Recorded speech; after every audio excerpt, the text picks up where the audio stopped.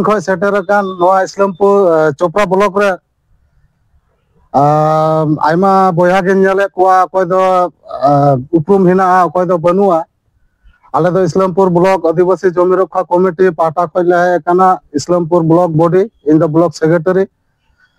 आले इस्लामपुर ब्लॉक पाटा खय ननन जाबो जारवा कान लटू कटी दादा बयहा से बाबा लेकान को से गोगो लेकान को जतो कोगे इस्लामपुर ब्लॉक कमिटी पाटा को जोआ तो तिहिन नय जे चोपड़ा ब्लॉक कमिटी ओकाटा गठन हुयन अडी नापाय बुझो कना कारण दीर्घ आयमा हरा आयमा लेकान कथा आंजम किदा दीर्घ 12 साल खय बॉडी संगठन चलाव बेना कना किंतु तारपरे तिहिन चोपड़ा नवा परिस्थिति रे हेना ताबुना যাই হোক আমরা আজকে এই চোপড়া ব্লকে উপস্থিত এই মাঠের নামটা আমার মনে আসতেছে না আলোরনী ময়দান স্কুল মাঠে তো আজকে আমরা যে চোপড়া যে ব্লক বডিটা আদিবাসী জমি রক্ষা কমিটি তৈরি করলাম খুবই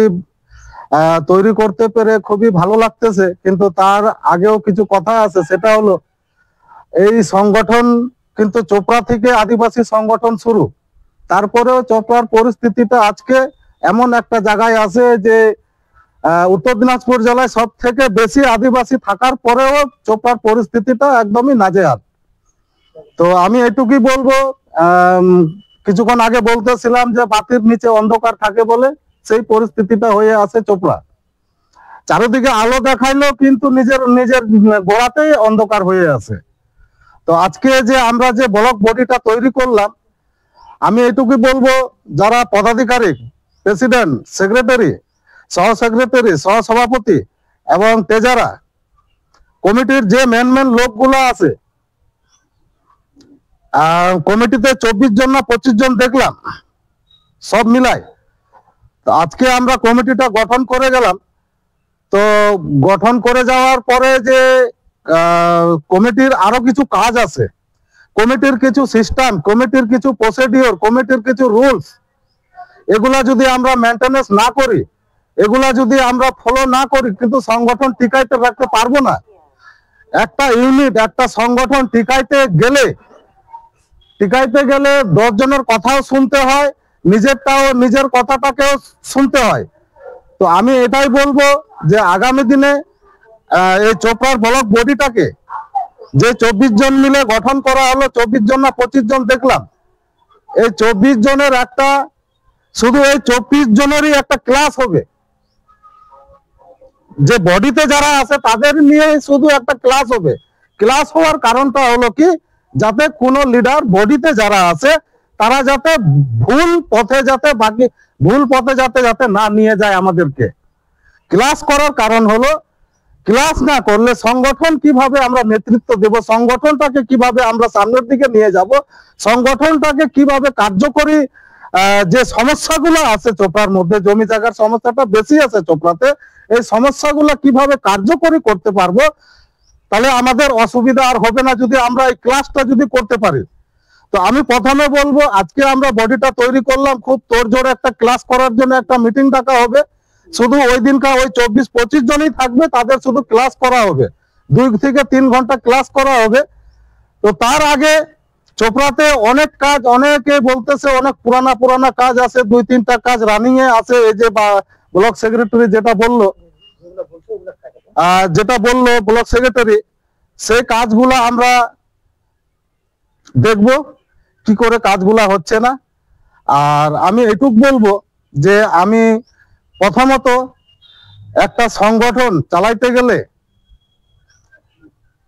একটা আদিবাসী সংগঠন চালাইতে গেলে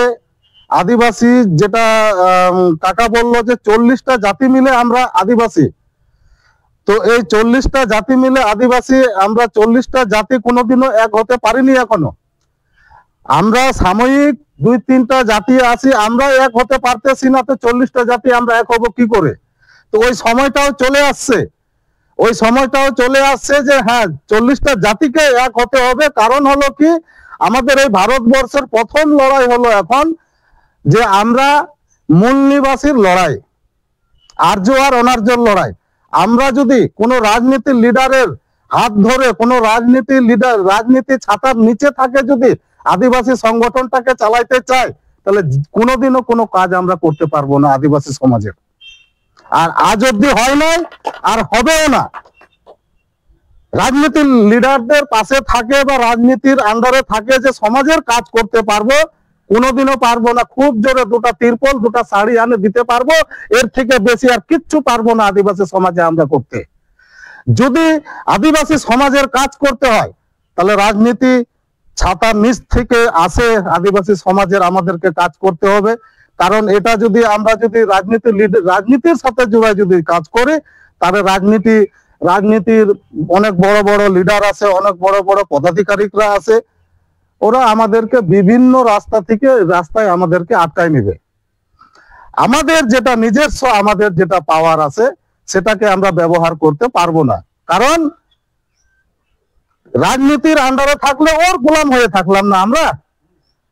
ওর গোলাম হয়ে থাকলাম আমরা। আমাদের অধিকারের কথা কোনোদিনও আজকে শুনতে পারছেন আপনারা? কোন রাজনীতির লিডার, বিধায়ক হোক, মন্ত্রী হোক, মিনিস্টার হোক, আমাদের আদিবাসী সমাজের সমস্যা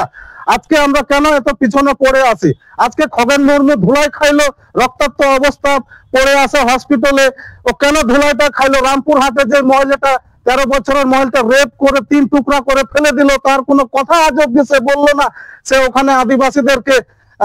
যারা অন্নদান করতে গেছে, ও অন্য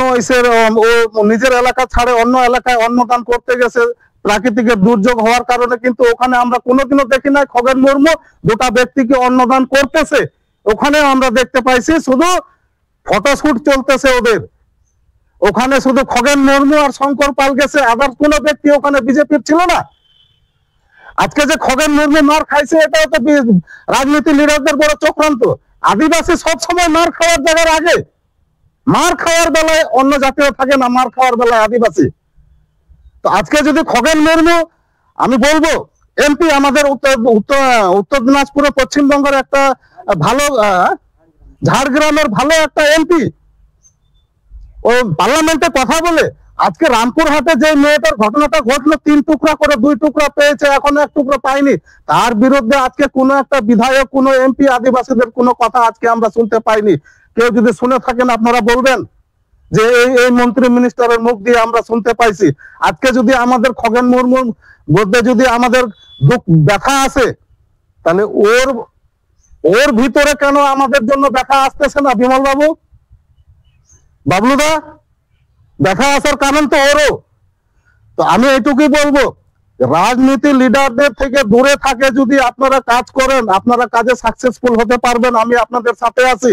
আর যদি রাজনীতির লিডারের ছত্রছায়ায় থাকে যদি কাজ করতে চান, তাহলে কিন্তু আদিবাসী সমাজের কোনো কাজ সাকসেসফুল করতে পারবেন। বছরে 2টা তিরপাল, 2টা শাড়ি আনে দিতে পারবেন সমাজের লোককে, আদার্স আর কিচ্ছু করা যাবে না। তো আমি এটাই আশা রাখবো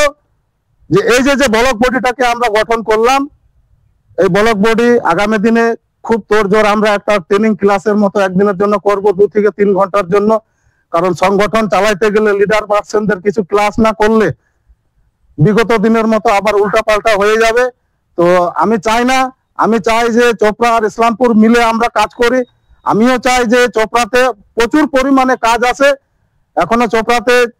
কাজ সঠিকভাবে করা যায়নি, হয়েছে টুকটাক কাজ, কিন্তু সাকসেসফুল কাজ সেরকম কোথাও হয়নি। কিছু কাজ হয়েছে, এমন যে না কাজ হয় না এমন না। তো আমি এটুকু আশা রাখবো এখানকার ব্লক প্রেসিডেন্ট, এখানকার ব্লক সেক্রেটারিকে, আপনাদের যে ব্লক টিম আছে, আপনাদের ব্লক টিমের সাথে আপনারা প্রতিদিন সারাদিন পর সন্ধ্যাবেলা একটা যোগাযোগ রাখবেন সবার সাথে।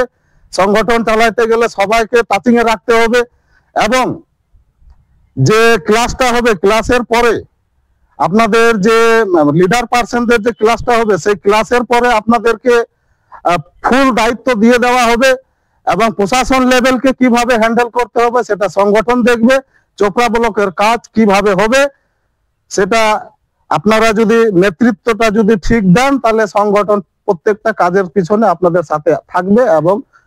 চিরদিন থাকবে সাথে, এবং কাজের সাথে জড়িত থাকবে। এই বলে আমার ছোট্ট বক্তব্য এখানে আমি শেষ করলাম।